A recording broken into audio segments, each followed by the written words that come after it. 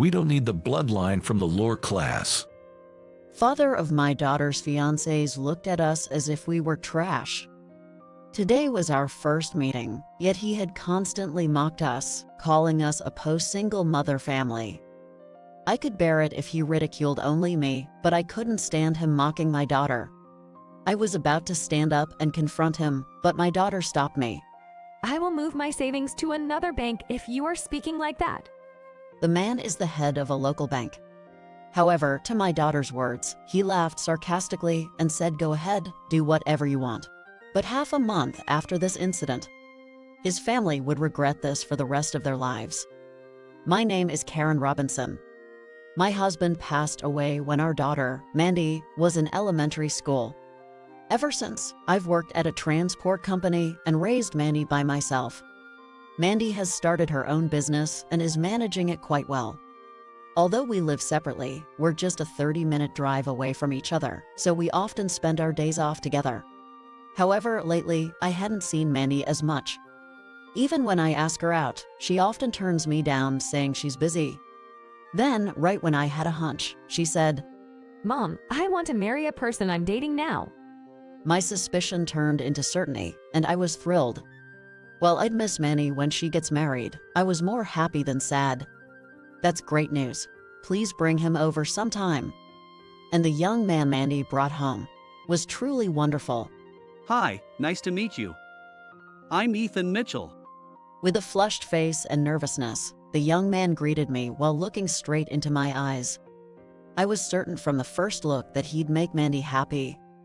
After that, the three of us had a pleasant conversation. Speaking of which, I would like to meet your parents before the engagement. When should I meet them? However, Ethan's face suddenly clouded. About that. What Ethan hesitantly revealed was quite surprising. Ethan's father is the head of a local bank and has always favored his talented elder brothers, often neglecting Ethan. Just before entering high school, Ethan left home and grew up at his uncle's place. Since then, he's been distant from his family. If we meet them, I think they'll make you two feel bad. Ethan said with a saddened expression.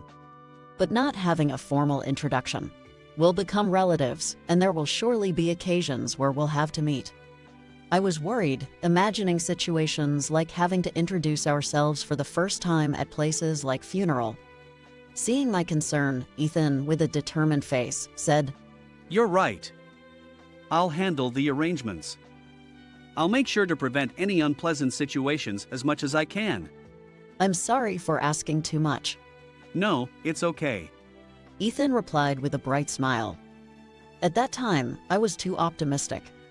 They're still family, right? They'll surely celebrate when you decide to get married. I'm sure we can understand each other if we talk. I had such naive thoughts. Then, on the day of the meetup, Mandy and I headed to the designated place. It was one of the fanciest restaurants in the state. I'm nervous. It's my first time in a place like this. Me too, honey.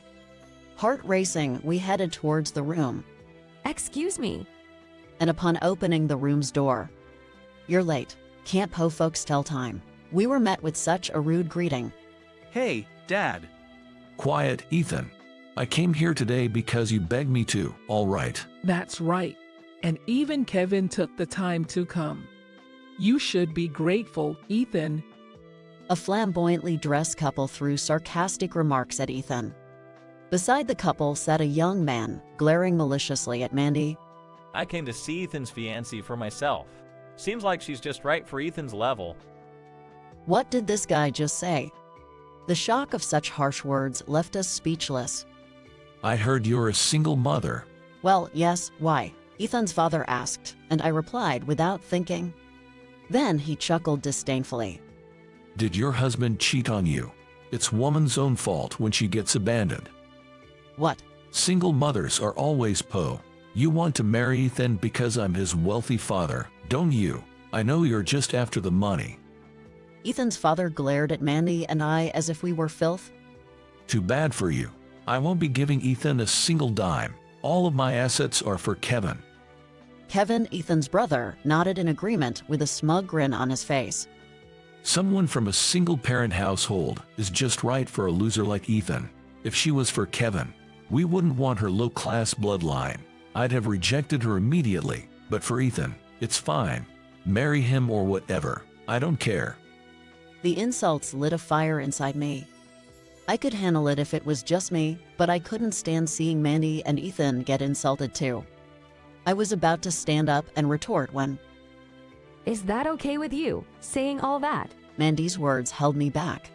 I use your bank, you know. After all this, I can't keep my account there. I'll move my savings. Are you okay with that? Mandy challenged Ethan's family with a threatening tone.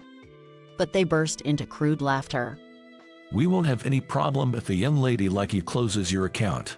Go ahead. Moving your savings. How much? Like 10 cents? Mom, the fees would cost more than the balance. The three of them laughed uproariously, tears streaming down their faces. But Mandy watched them with cold eyes. That's fine, right? Got it. Don't come crying to us later. Ethan, Mom, let's go. We left the restaurant, leaving the still laughing trio behind. Once outside, Ethan immediately apologized. I'm so sorry. I'm utterly ashamed to have a family like that. Tears filled Ethan's eyes. If you want to break off our engagement after this, I wouldn't blame you. Don't say that, Ethan. I'd never break our engagement. Mandy said forcefully, lifting Ethan's face. Even if you wanted to break it off, I won't let you. You're definitely marrying me. Mandy. Seeing them getting lost in their own world, I deliberately cleared my throat to get in between them. Well, Mandy is not marrying that family. She's marrying you. Karen. If you're up for it, you could even be adopted into our family. If you never want to see your family again, that's totally fine. I'm sorry for insisting on that meet and greet. I guess I was being too optimistic. It's not Ethan who should apologize. It's me. The assumption that families understand each other was misguided. Feeling disappointed in my own naive perception, I slumped my shoulders. Our family is the one at fault. No, the fault lies with me. Enough, both of you. How about we all go grab a bite to eat? I'm getting hungry. Mandy interjected, settling our argument. Exchanging a wry smile, Ethan and I agreed. Later, the three of us enjoyed a pleasant meal together. Speaking of which, Mandy, you're really going to transfer that money. Yes, I plan to. That bank is going to have a tough time. Half a month after the tumultuous meeting, Mandy and Ethan arrived at our home looking a bit weary. Mom, we're back. We hope we're not intruding. What's wrong? You both look exhausted. Actually, we came to discuss something with you, Mom. The story they shared was indeed surprising. As she'd promised, Mandy had closed out the bank account under Ethan's father's bank. She transferred a whopping $1 billion from her account to another bank. Considering the enormous sum, she'd informed the bank of her intent to close the account a few days in advance over the phone. Given the staggering amount involved in the closure, Ethan's father had come to the bank. He was shocked to see me. He asked, "How does a young lady like you have such wealth?" So I explained everything to him from scratch. This money combines what I've earned and my dad's inheritance. My husband was an entrepreneur who built a massive transport company from scratch. This job market is quite profitable. After he passed away and I took over as CEO, the company faced some challenges. However, thanks to our dedicated employees who had supported him, the business is now thriving, and our daughter Mandy seemed to have inherited her father's entrepreneurial skills.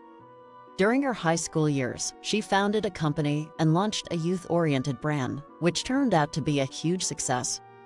After stabilizing the business, she sold the youth brand to a major corporation. Now, she runs a brand for adults.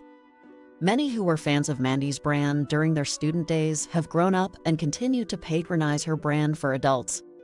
With such loyal customers, her business seems to be on a steady path.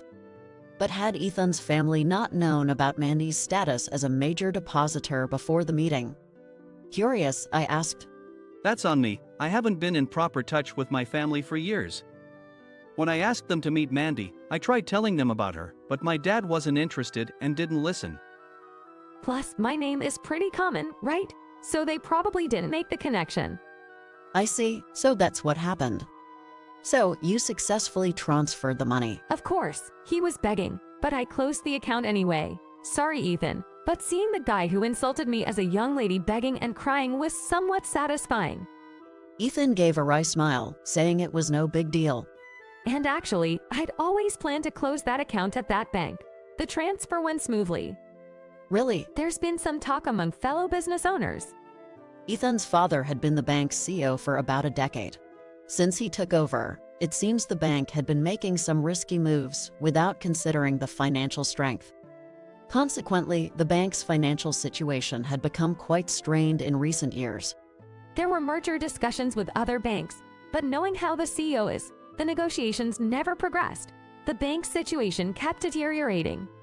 Given this backdrop, Mandy's decision to close her account would undoubtedly hit the bank hard. My older brother is set to be the next CEO, my parents boasted proudly. But I think the bank will probably go under before he takes over. Ethan's prediction hit the mark. Just 6 months later, the bank declared bankruptcy. Even though it was a local community bank, it had a significant negative impact on many people. And then Ethan's father was arrested for embezzlement. It seems Ethan's mother and his brother are now homeless. The other day, a rather scruffy-looking man came to our job interview. It turned out to be Ethan's brother. When he realized I was the president of the company, You took in my brother, so hire me. he exclaimed unbelievably. Upon hearing this, the employees were livid and kicked Ethan's brother out unanimously. Our tough-looking driver warned him, "Don't ever show your face here again," so I doubt we'll have any more dealings with him. Ethan also received a request for financial assistance from his mother, but If you keep bothering us, I'll hire a lawyer. he threatened. After that, the contact abruptly stopped. Later on, Ethan and Mandy happily get married. Ethan became a son-in-law, and they both seem to be living together happily. Seeing them reminds me of my husband, and it fills my heart with joy. I genuinely hope they can have a blissful married life, just like my husband and I did.